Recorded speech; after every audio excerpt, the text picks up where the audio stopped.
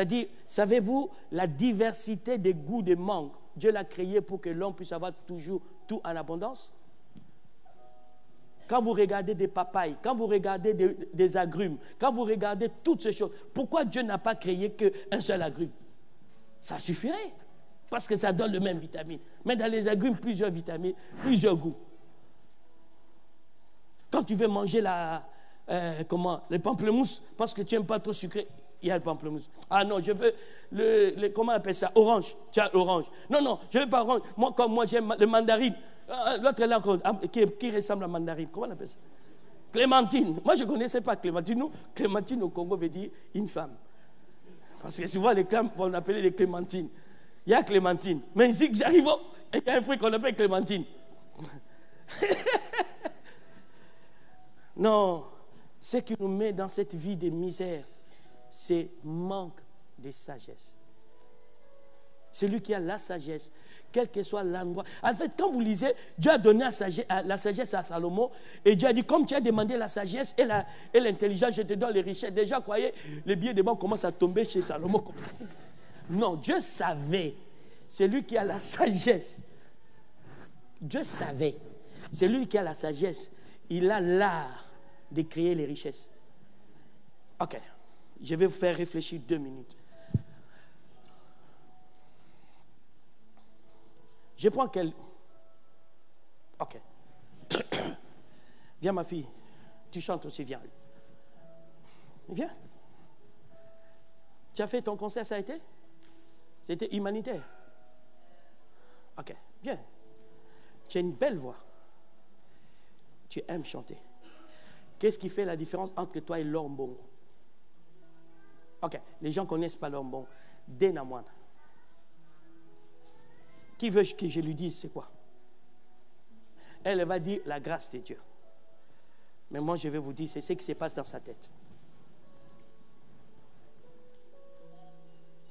Pourquoi? Le don, Dieu te donne. Les talents, Dieu te donne. La voix qu'elle a, c'est Dieu qui lui a donné. L'amour qu'elle a, la passion qu'elle a pour chanter, c'est Dieu qui lui a donné. Mais la compétence, c'est son travail. Et ça demande l'intelligence. La compétence, c'est son travail. C'est la compétence qui fera que le monde va le découvrir. Donc, il peut aimer chanter. Il peut avoir un talent. Mais il reste à faire seulement à l'église. Et il ne vit pas de son don et de son talent. Parce que Dieu ne lui a pas donné à être professeur de l'anglais. Ça, c'est ce que le monde l'a conditionné. Ce que Dieu lui a donné pour son bonheur, ce sont les talents que Dieu a mis dans chacun de vous. C'est ça votre première richesse. Maintenant, parce que vous ne vous regardez pas, vous regardez ce que l'autre est. Vous oubliez, ah, moi aussi je veux parce que l'autre est professeur, j'ai aussi devenu professeur, comme ça au moins j'aurai les salaires à la fin du mois. Mais n'oublie pas, Macron est en train de changer la retraite. On va t'attraper à la retraite. Ok? Mais si... Toi aussi? Surtout les profs. Mais si il avait aussi compris qu'en dehors des talents et de passion, que Dieu lui a donné un autre don qu'on appelle l'intelligence et qu'il est développé pour mettre au profit de ses dons et de ses talents. Demain, il va faire des albums et vous aurez des stades remplis. C'est le travail. Alors, vous allez dire que Dieu est injuste ou c'est elle qui n'a pas compris c'est quoi la sagesse? Est-ce que je vous fais très bien réfléchir? Selon toi, c'est Dieu ou c'est toi? Maintenant, tu sais ce qui te reste à faire. Dans un an, je vais entendre des témoignages.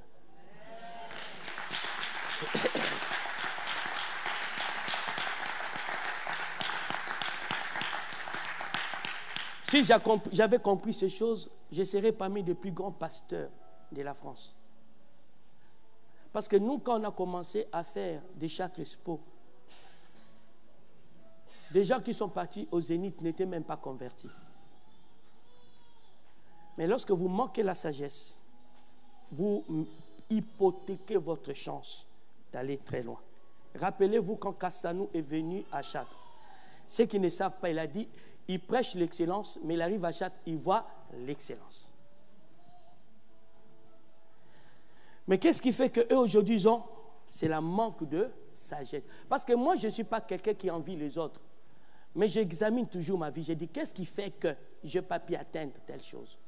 Maintenant, je me suis reprogrammé.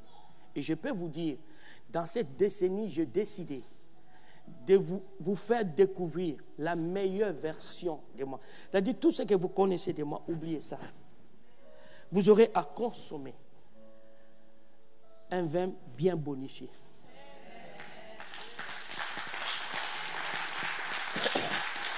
Dès que tu croises quelqu'un, il te parle de moi, tu lui dis, tu l'avais vu à quelle année? Il te dit, à 2009. Oublie. Tu l'avais vu à quelle année? 2014. Ce n'est plus lui. Si tu le vois, la version maintenant, c'est une version bonifiée. C'est la même. Attendez. Les gens ne croient pas. Les gens ne croient pas. Vous savez, souvent quand on attaque Macron, on dit il a travaillé à la banque, tu sais quoi, chez des Rothschild. Mais on oublie, il n'est plus banquier, il est président de la République. On a voulu l'agresser, je ne sais pas quand. Les gens ont vu que ce n'est plus un garçon qu'on doit agresser. À la minute même, la France a fait ce qu'il fallait faire. Et s'il fallait tirer sur quelqu'un, on pouvait tuer. Hein. Ça, c'est sûr et certain. Il est là. On ne va pas laisser qu'on touche au président. Non, les gardes du corps ont le droit de les défendre jusqu'à leur vie. Donc faites attention. Voyez-vous? Mais parce que l'homme veut toujours te voir dans ton passé, il va commencer à te... Oh, lui, je connais, il a fait de ça, il a fait ça, on les connaissait. Oui. C'était la version...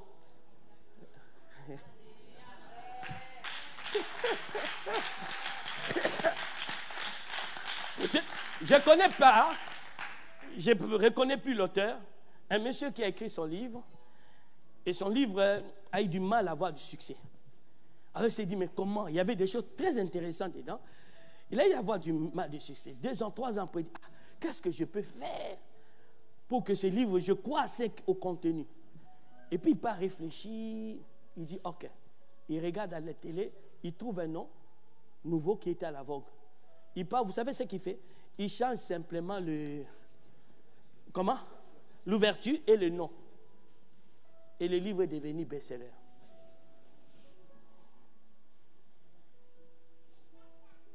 Ma prière que 2020 et cette décennie, qu'on voit la meilleure version de toi.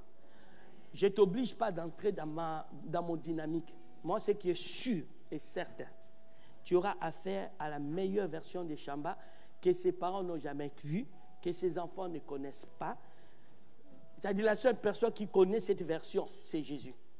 Et comme je suis dans le livre de la sagesse, vous aurez la meilleure. Je serai bon à consommer. Moi, je t'attendais dire aussi moi aussi. On continue. Je me suis seulement arrêté là. Dieu a changé mon message. On y va. Ces voies sont des voies agréables. Et tous ces sentiers sont paisibles. Oh, je manque la paix. Oh, ça ne va pas. Oh, c'est pas... Tous les démarches que je fais, ça ne marche pas. Oh, arrêtez de plénicher. Parce que si tout ça pouvait changer ta vie, tu aurais déjà devenu une autre personne. Tu as déjà trop pléniché. Tu t'es déjà trop lamenté. Mais la seule chose qui change dans toi, tu as des grides, ton visage devient vilain, tout. Tu t'es malade. Cherche la sagesse. Chaque démarche que tu feras, chaque entreprise que tu as, tout sera agréable. Quelqu'un peut comprendre? Et tes sentiers seront paisibles. Il n'y aura pas de troubles. On y va. Elle est un arbre de vie pour ceux qui les saisissent et ceux qui la possèdent sont heureux. Quand Adam et Ève ont péché, qu'est-ce que Dieu a fait? Il a mis un ange pour les empêcher à manger les fruits de l'arbre de vie. Pourquoi? Parce qu'il sait le fruit de l'arbre de vie, c'est ça qui devait prolonger la vie et rendre l'homme heureux. Maintenant, on dit, celui qui trouve la sagesse, il a la capacité de contourner l'ange là, pour aller manger l'arbre de vie. En d'autres termes, on dit, la sagesse elle-même, c'est l'arbre de vie. Et l'arbre de vie, c'est Jésus. Parce que la Bible dit, Jésus se fait sagesse. C'est pourquoi on vous demande de croire en Jésus. On va lire quand même ces passages. 1 Corinthiens, au chapitre 1, verset 30. À partir du verset 30. Ouh. Qui a aimé mon discours de ce matin? Véronique, tu n'as pas aimé? Tu as aimé? Tu deviens sage? Ok. Non, tu ne deviens pas sage. Tu cherches la sagesse. Ok. On y va? Or, c'est par lui que vous êtes en Jésus-Christ, lequel, de par Dieu, a été fait pour nous sagesse, justice et sanctification et rédemption. Voyez-vous, c'est lui qui a dit, j'ai reçu Jésus dans ma vie, j'ai accepté Jésus comme Seigneur et Sauveur, il a la sagesse. Parce qu'on nous dit, la sagesse c'est Jésus lui-même. Or, c'est par lui que vous êtes en Jésus-Christ, c'est-à-dire par Dieu, vous êtes en Jésus-Christ, lequel, de par Dieu, a été fait pour Dieu, sagesse, justice, sanctification et rédemption. Il a été fait ces choses pour Dieu. Il a été fait ces choses pour Dieu. Par Dieu, mais pour nous. Les bénéficiaires de ces trois choses, c'est toi, 4, hein? 1, 2, 3, 4, c'est vous. Vous qui les rachetez, vous qui croyez en Jésus. Donc quand quelqu'un a Jésus, Jésus lui-même est sagesse. Maintenant, je laisse les autres choses, ce n'est pas notre thème. Donc, si Jésus est sagesse, tu l'as reçu dans ta vie, comme ton Seigneur et ton Sauveur, en d'autres termes,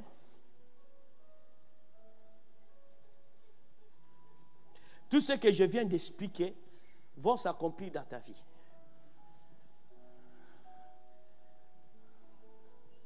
Maintenant, penche ta tête, s'il te plaît, médite 2 minutes. As-tu reçu Jésus dans ta vie comme ton Seigneur et ton Sauveur? Parce que c'est lui cette sagesse-là que nous prêchons. C'est lui cette sagesse-là que nous venons de te dire. Nous ne parlons pas de la sagesse des hommes. Nous parlons de la sagesse de Dieu. Que Dieu a eu besoin à la création pour créer toutes choses. Il y a un passage de la Bible des Proverbes qui dit la sagesse faisait la joie de Dieu à la création. Donc, cette sagesse-là, on dit que Jésus est cette sagesse-là. Alors, toi, ce matin, qui m'entend, j'ai parlé avec douceur. As-tu reçu ce Jésus comme ton Seigneur et ton Sauveur?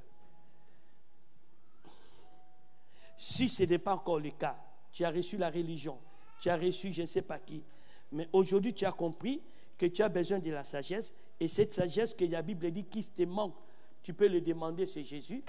Donc, une des définitions de la sagesse, c'est Jésus. Alors maintenant, je vais vous donner 3 définitions pratiques et on va prier. 3 définitions pratiques et on va prier. Première définition, nous allons aller dans le livre d'Ecclésiaste. Si on te dit la sagesse, quoi tu dis, c'est Jésus. Sans Jésus, la sagesse que vous avez, c'est caduque. Ecclésiaste 10, verset 11. Ecclésiaste 10, verset 11. Si le serpent mord, faute d'enchantement, il n'y a point d'avantage pour l'enchanteur. J'aimerais qu'on puisse l'afficher pour qu'on puisse le voir. Ouh. Si j'avais cette sagesse depuis le départ. 1, 2, 3. Si le serpent mord, faute d'enchantement, il n'y a point d'avantage pour l'enchanteur. Ok. La Bible dit, la vie est comme un serpent. Dites avec moi, la vie est un serpent. Les serpents mordent. Les serpents tuent.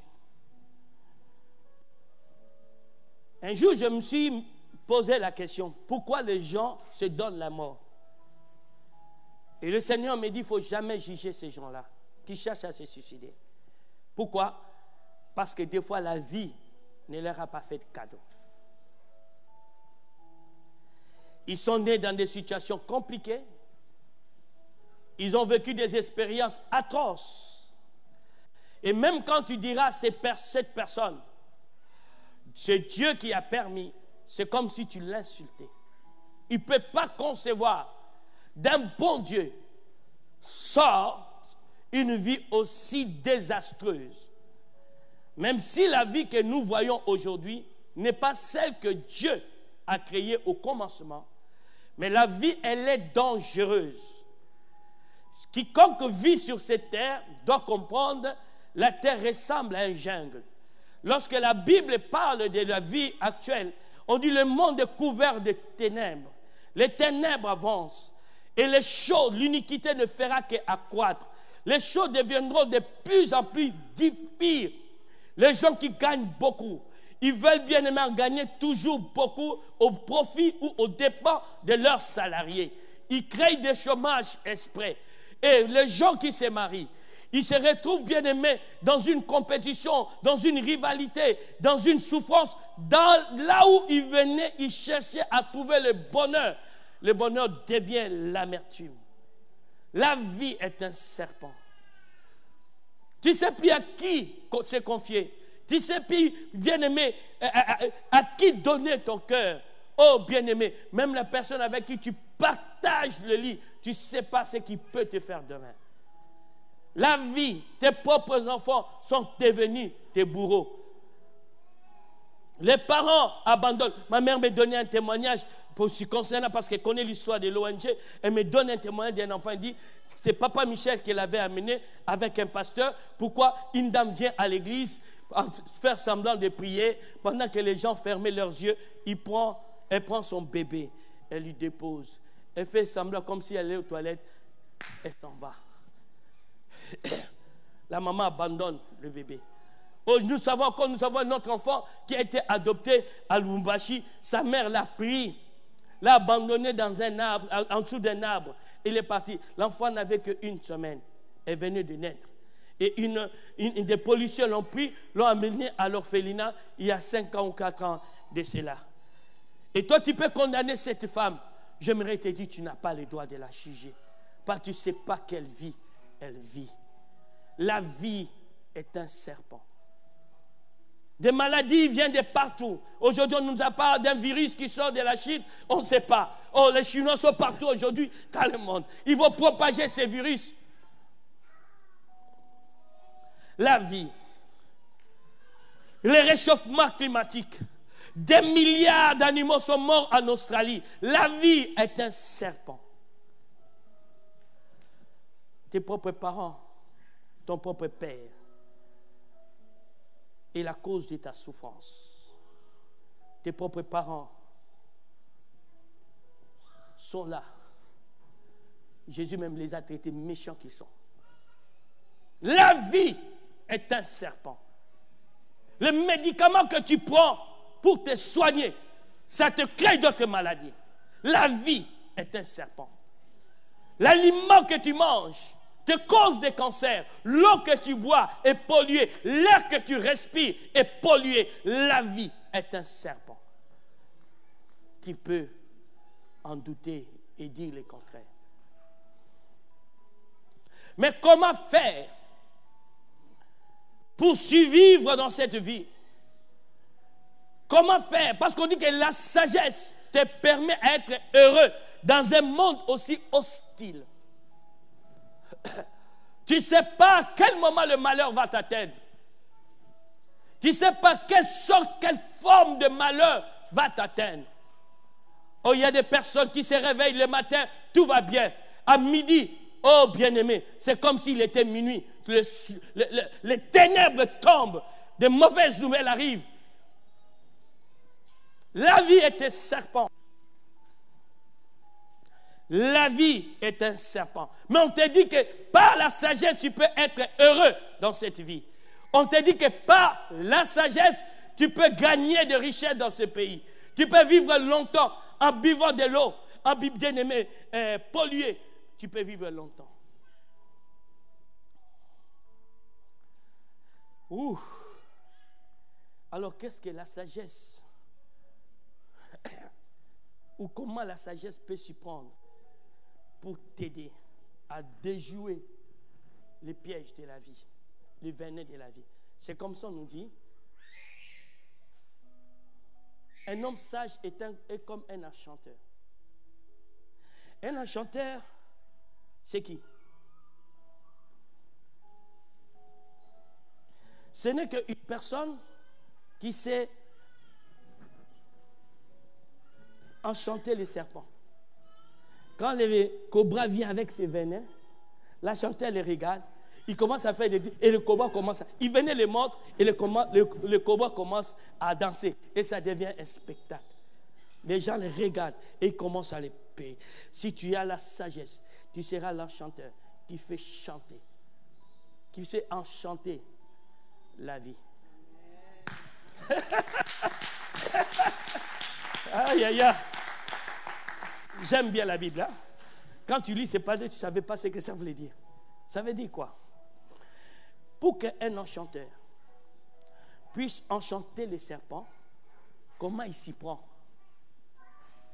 Il ne laisse pas le temps au serpent de les mordre. Mais lui, il prend l'avance. Je ne sais pas si je me fais comprendre. Un homme prudent voit le mal de loin. Un homme sage doit savoir toujours anticiper les choses. C'est ça, l'enchantement. Il n'y a rien qui vous arrive au hasard. L'hasard n'existe pas. Tout ce qui arrive n'est que l'ennemi de la loi de cause à effet qui s'accomplit. C'est pourquoi je dis qu'il faut chercher l'intelligence. Il y a beaucoup de choses que les chrétiens ignorent. Tout ce qui arrive n'est que l'accomplissement de la loi de cause à effet. Ça veut dire, ce que tu fais aura des conséquences. Un philosophe de développement personnel dit, tout homme est né avec deux enveloppes. Dans une, des principes de la vie, que si tu respectes, ça te procure le bonheur. Et dans une autre, si tu décides de violer, ça te sanctionne. Et une des valeurs la plus sages, c'est la sagesse des fourmis. La fourmi plutôt, on nous dit, en été, il prépare. En d'autres temps, il anticipe. Je ne sais pas quel est ton plan de cette décennie. Je ne sais pas si tu as pris le temps de dire, cette année, je dois réaliser telle chose. Je dois me préparer à ça. Si telle chose m'arrivait, je peux faire ça. Et une personne qui anticipe, qui se prépare, ne sera jamais mordue par les serpents de la vie. Tu ne sais pas quel âge que tu as, mais comment tu entretiens ton corps. Comment tu gères ton corps. Et ne sois pas étonné dans les 2 ans qui arrivent, tu attrapes des maladies comme des cancers. Parce que tu manges de manière pas équilibrée. Tu deviens obèse. Ce ne sont pas des faits de hasard. Tu portes tellement de charges. Tu portes tellement de soucis. Parce que tu ne veux pas faire enchanter ta vie. C'est pourquoi je dis, vous aurez la meilleure version de moi. Je refuse d'être victime dans la société. Et personne. J'ai dit à ma mère, je ne me plaindrai plus de qui que ce soit. Parce que se plaindre de quelqu'un veut dire que tu as lâché ta vie. Tu as donné à une personne le pouvoir. En d'autres termes, tu as péché contre Dieu. Parce que la seule personne qui devait avoir le pouvoir sur ta fille, c'est Dieu. Or, si je suis là, c'est elle qui m'a fait. Or, si je suis là, c'est elle qui m'a fait. Jusqu'à quand? Prenez la vie comme un serpent. Enchantez-la. Charmez-la. Faites de sorte qu'elle puisse danser à votre guise. Faites de sorte qu'il puisse vous apporter les bénéfices de la vie. Parce que pendant que toi tu pleures, toi tu gémis, il y en a d'autres personnes qui s'en sortent bien. Ne soyez pas des victimes éternelles. Vous avez quelque chose à faire pour que votre vie change. Pour que 2020 soit différent. Je me prépare. J'ai dit dans 10 ans, je dois avoir une liberté territoriale, financière, économique, sociale. Cela veut dire quoi? Je ne serai plus obligé de travailler pour manger, ni pour payer mes charges. Ne vous inquiétez pas. Ceux qui voient dans mes profils voient déjà mes projets. Je répète, je ne serai plus dans 10 ans obligé de galérer pour m'acheter une voiture.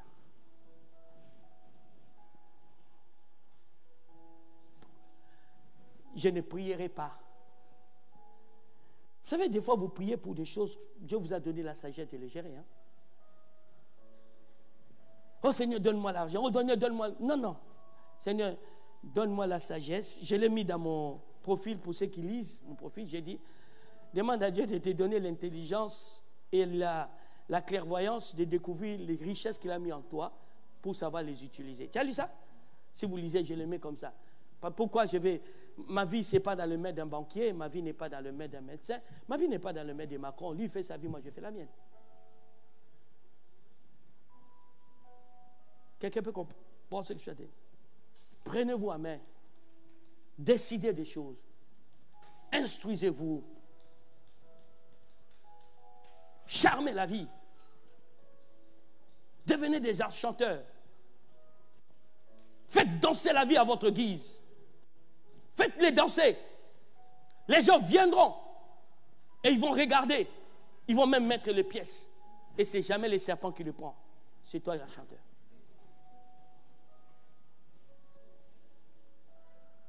Prends des résolutions de choses qui doivent changer dans ta vie. Anticipe les choses.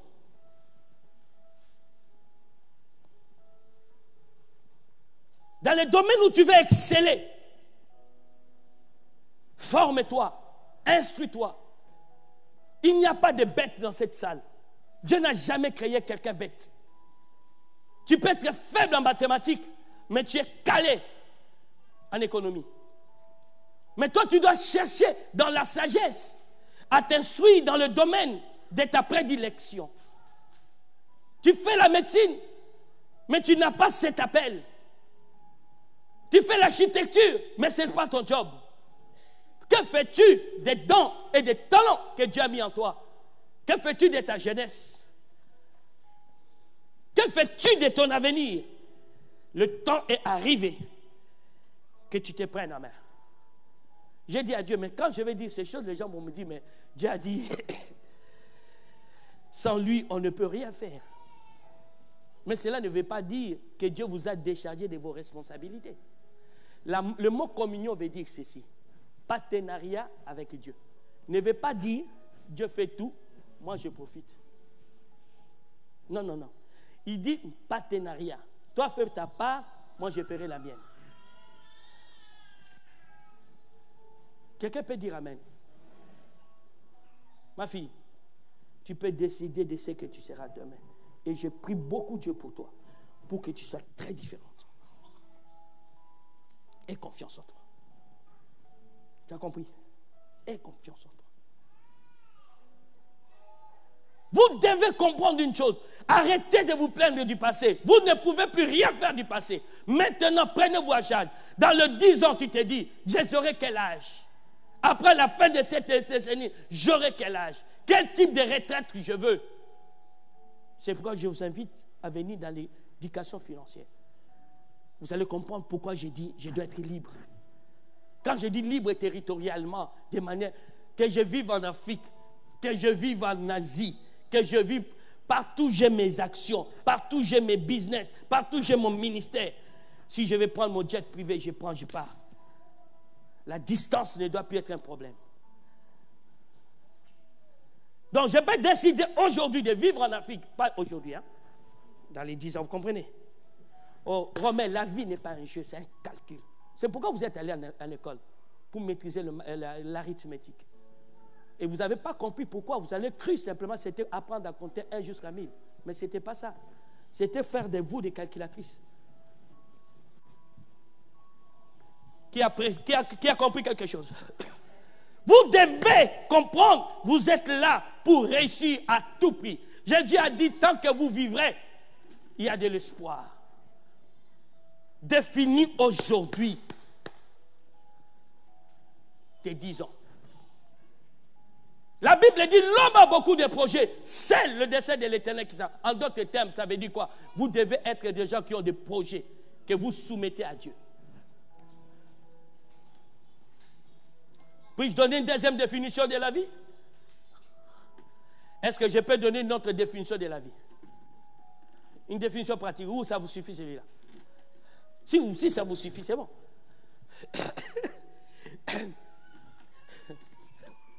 Est-ce que je vous donne un autre ou pas? Hein? Allons dans Psaume 139.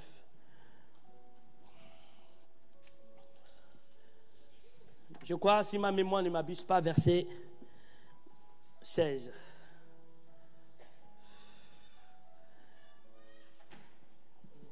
Oh, je vais aller vite. Oh my God. Quand je n'étais qu'une masse informe, tes yeux me voyaient. Et sur ton livre étaient tous inscrits les jours qui m'étaient destinés, avant qu'aucun d'eux n'existât. La vie est un livre. La vie est un livre écrit. Ta vie est un contenu. Mais pour découvrir le mystère de la vie, il faut aller dans les librairies les lire. Et vous avez la meilleure librairie de la vie, la Bible, composée de plusieurs livres. Combien même? 66. Composée de plusieurs livres, dans laquelle on vous montre les principes, les lois qui régissent la vie.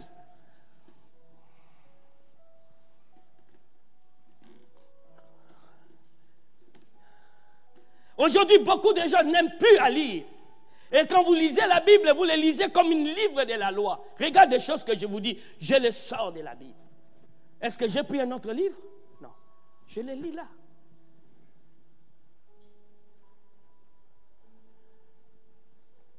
Quand Dieu veut parler à son peuple, écoute ce que dit Ézéchiel. Prends ces rouleaux, mange-le. Et quand, bien aimé, Ézéchiel est en train de prophétiser sur Israël, il est en train de dire à Israël les plans, les projets de Dieu. Mais comment il a reçu? Il a d'abord mangé les rouleaux. Le problème que nous avons aujourd'hui, nous les chrétiens, nous n'aimons plus lire la Bible pour la comprendre. Comprendre le principe qui régit le mariage et nous voulons être heureux dans le mariage. Comprendre les principes qui régissent la vie familiale, mais nous voulons être heureux dans la famille. Comprendre des principes qui régissent la vie spirituelle, la vie de l'évolution. C'est-à-dire, je suis pasteur, je ne maîtrise pas le pastoral. Je suis apôtre, je ne maîtrise pas l'apostolat. Je suis prophète, je ne maîtrise pas les prophétiques. Mais je viens, je dis aux gens, écoutez-moi, obéissez-moi. Écoutez, les gens ne sont pas bêtes. Ils suivent les gens qui sont intelligents. Si. Ils ne viennent pas pour que vous leur racontez votre vie. Hein. Ils en ont aussi la leur. Ils veulent savoir ce que tu as dans le ventre.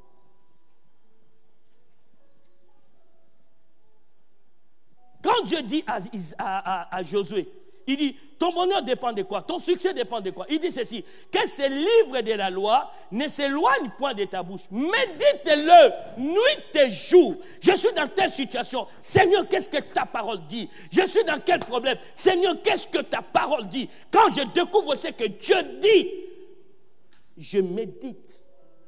Je le mets en pratique. La parole de Dieu est l'autorité suprême de tout. La Bible dit, elle a créé toutes choses. En elle était la vie, la lumière des hommes. toute chose a été créée par elle. Rien de ce qui existe n'existe sans elle.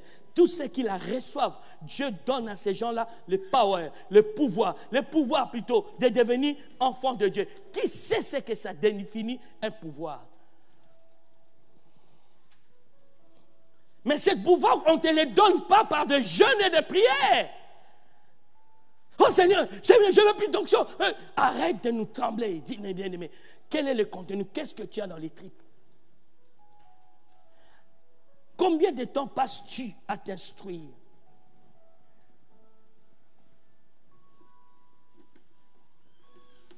Vous savez, là, ce qui fait la différence entre un pauvre et un riche, c'est ce qui est dans la tête et non ce qu'ils ont dans les comptes. Il y a des pauvres de luxe. Ils gagnent 1 million d'euros, mais il est surendetté. Vous le voyez rouler dans des Hammers, mais il est pauvre. Mais il y a des riches qui n'ont pas beaucoup de cash flow. Ils roulent dans des chevaux, mais il a une vie paisible. Il peut dire, psaume 23, l'Éternel mon berger, je ne manquerai de rien. Quelqu'un m'a dit, apôtre, tu as dit l'Éternel est mon berger, je ne manquerai de rien, mais je n'ai pas de tablette. Mais la tablette n'est pas une nécessité. Quand je dis l'Éternel est mon berger, je ne manquerai de rien, il parle des choses qui sont nécessaires. Et l'Éternel est mon berger, je ne manquerai de rien. Seigneur, donne-moi la 3e téléphone, comme ça j'ai 3 lignes téléphoniques. Ça ne veut rien dire. Je peux ne pas avoir les téléphones, mais je suis comblé.